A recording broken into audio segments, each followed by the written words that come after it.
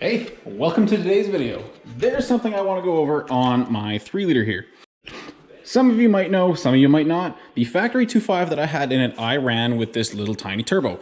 This is a TD04 off of a Volvo S60, and I ran about 18 pounds of boost through this tiny little engine, and it made pretty good power. I was able to run a 14.89 quarter mile with it, which is pretty good considering this block made 80 horsepower stock. I am now upgrading to this 3-liter McCruiser boat engine, not a boat anchor despite what some people might tell you. And keeping with the same theme of 4 cylinders and turbos, I ended up buying this guy up here. This is a cast iron turbo manifold for a GM 153 made by SPA Turbo, and it uses a T3 flange. Well, the GM 153 just happens to be what the McCruiser 140 was based off of. This is just a 3-liter version, so it's a 181 versus a 153. Not to be confused with the 2.5 because the Pontiac version came after. This is a 151 Pontiac engine. The 153 is more closely related to this guy. This manifold, it does bolt up, kinda. It's gonna need some modification. As you can see, the port matching isn't great. I'm gonna have to just end up welding an extra piece of steel on here and then port matching everything so it flows good. What I want to show you is the T3 flange here. The original goal was to use a Borg-Warner turbo off of a 6.5 diesel Chev because it's a T3 flange. It's about 50-55 mil, and I have proof that it works on 3 liters of displacement because my buddy runs 2 of them on his twin turbo 6-liter LS. And I think it would be sized pretty much just perfect for the 3-liter. However, I do actually have a turbo in my stash with a T3 flange. And that just happens to be this guy. This guy right here is pretty much an HX40 equivalent turbo, just like the Cummins, I think 6.7s use them. And anything from like a 5.9 to I think like a 7-liter engine can run this size of a turbo. I think it's one size bigger than an HX35, which is kind of what it looks like. But this is kind of like a Chinese knockoff. As you can see, it says TURBONER on the housing and not Holset. I do have, for comparison, a Holset in my shed, which I'll go grab. This one here is more of an HX35 equivalent. The differences are very minor, but this one is just a tad smaller. It's evident here more than anything. This is about 55 mil across, and this one's about 60. I don't know how well you can tell that on camera. You kind of can. This one's just a teeny bit smaller. Now I say HX35 equivalent because it's actually, the model is an HE300 WG for wastegate. This is more found on big diesel construction equipment. Same size engines, just different use. Forgive me, my exact turbo knowledge isn't perfect. I just know that turbos make boost and they go whoosh, whoosh. The other differences lie in the exhaust housings. You can see the flanges are both T3 flanges. This one just has a much smaller scroll to it than this guy here. So yeah, look at the size difference there. That is huge. Boom, boom. So this guy allows for a lot more exhaust gases to flow through. This should be on a bigger engine, and this is on a smaller engine, obviously. I did plan on using this one originally, but this sat in my shed long enough that it started to just seep a bit of oil out of the exhaust housing, which I'm not exactly happy with, and I don't want to put that on my engine. This one I know is a low miler, or low hours I should say. It wasn't used for very long, so I'm going to run it instead. If it doesn't work, then I'll try using this one. Is it probably way oversized for the engine that I'm putting on? Yeah, I don't really care. It's going to be hilarious. And it says TURBONER on it. You can't not laugh at that. So what I want to do here, you can actually see I did a test spot. I wanted to file all the high spots down on it, and since there's no serial number tag on it, it's just Chinese stuff. I want to weld this hole shut, grind all of this smooth, and polish it to a mirror finish so it looks nice and fancy.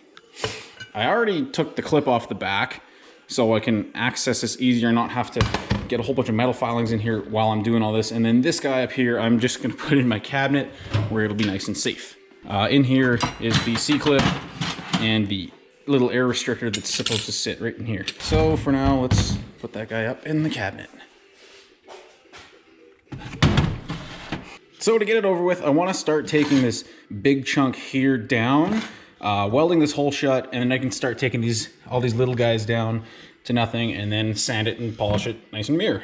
The goal here is to use my little die grinder This might be a bit aggressive, but I'm just gonna use it to take the big chunk of this down and then just touch it with these guys just a little bit. And then I have some sanding drums just to go over top and finish it up nice. All right, bear with me, the compressor's just running in the background, but I just wanna do a test spot and then I'll come back once I get a little more meat taken out.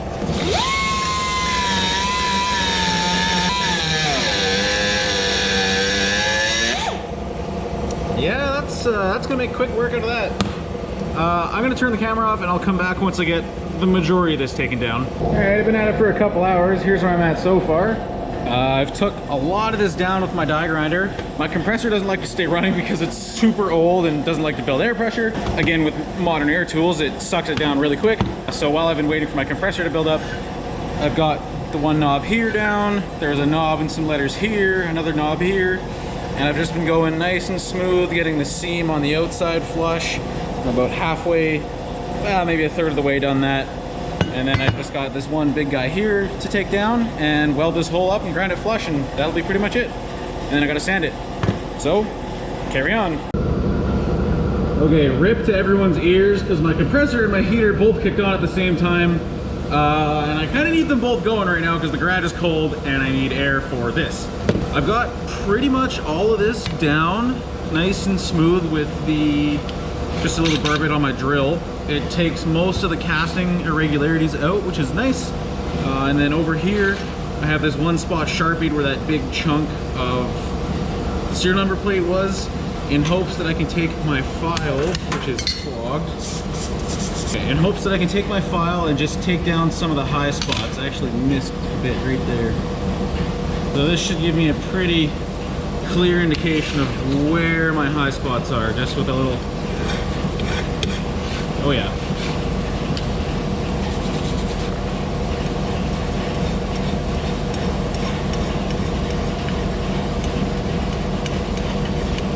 Okay, so it's better than I thought it was. I don't know how well you can see that, but there's a bit of a dip here, and kind of all in here is low. So right here is high for sure, maybe here. It's hard to say. This might be low because these two are high.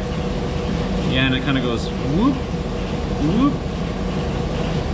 And then it's pretty good all the way through. Just right here is really bad. So I'm gonna hit that with a file for a little bit and see if I can take that down. Oh, I love aluminum.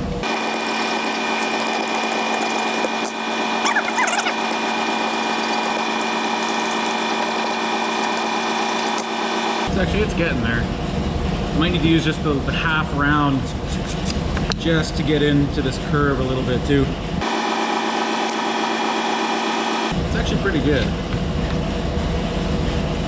There's an obvious low spot right where the hole is, but I need to weld that up, which is fine. The rest of this looks really good.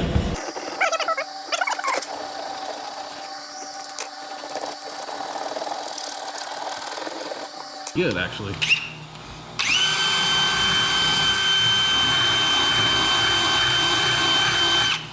I'm just using the burr bit like ever so slightly, just letting the drill just rest on the housing, just to get the surface consistent.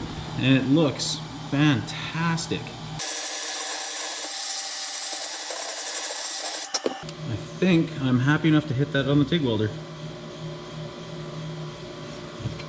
Awesome. There is, oh I lied, there's one bit I gotta finish off down here, just a hair. What I'm doing here is taking most of this big stuff down. I'm leaving it high on purpose so I can come in with the drill and just touch it after and then finish up with a little file. So, I think she's pretty good. I'm trying to do my best with the lack of tools and skills I have. This is, like, I don't have a nice vise for holding something like this in it, so I'm just trying to keep extremely light pressure with the burr bit. This is probably way overkill for what I actually want. But I am kind of a perfectionist. Not a professional, just a perfectionist in my own hack jobbery. Yeah, that's good enough. Let's try to weld the hole shut. All right, we are ready to weld that hole shut. So, let me get the welder out here.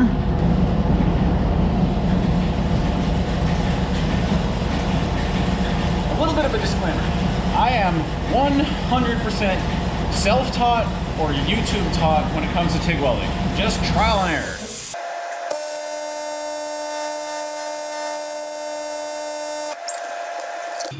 Yeah. I'm not a TIG welder. It's not structural. I don't care.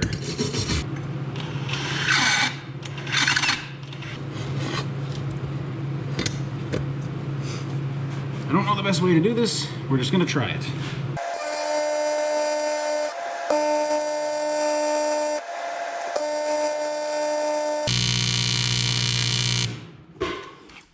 And there goes the breaker.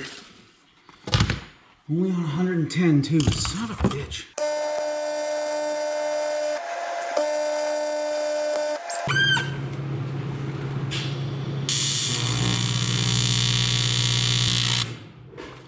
This fucking breaker, man. Alrighty, so here's where I'm at.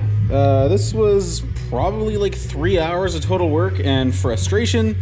The hole is welded up. It's not pretty, but it's sealed as far as I can tell. I still have to get in and sand inside some of these letters. I just hit it with my stainless wire brush, but it looks good. So it's all consistent. I just have to sand it down now so I can hit it on the buffing wheel and she'll be nice and pretty. All right, so here's the polishing setup.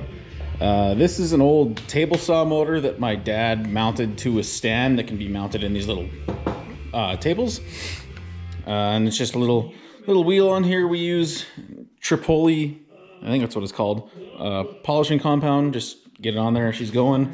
It's wired to an outlet with an electrical switch, so you kick the switch, she spins up nice and fast, hit the wheel with a little bit of this stuff, and then you just go to town polishing.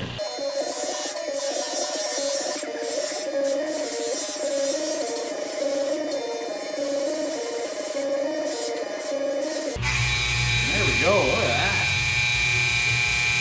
That is incredible. Oh my God, that looks good. All right, there's the aftermath, and check out the finished product. This thing turned out incredible. It's nowhere close to perfect. You can see the change in aluminum where I welded that hole up. It looks disgusting, but you're not gonna see it from 10 feet away. Plus it's good enough. I got in close. Considering the truck it's going on, this is already excessive, but that's project done. So yeah, a little bit of a side project, but fun nonetheless. So hope you liked it.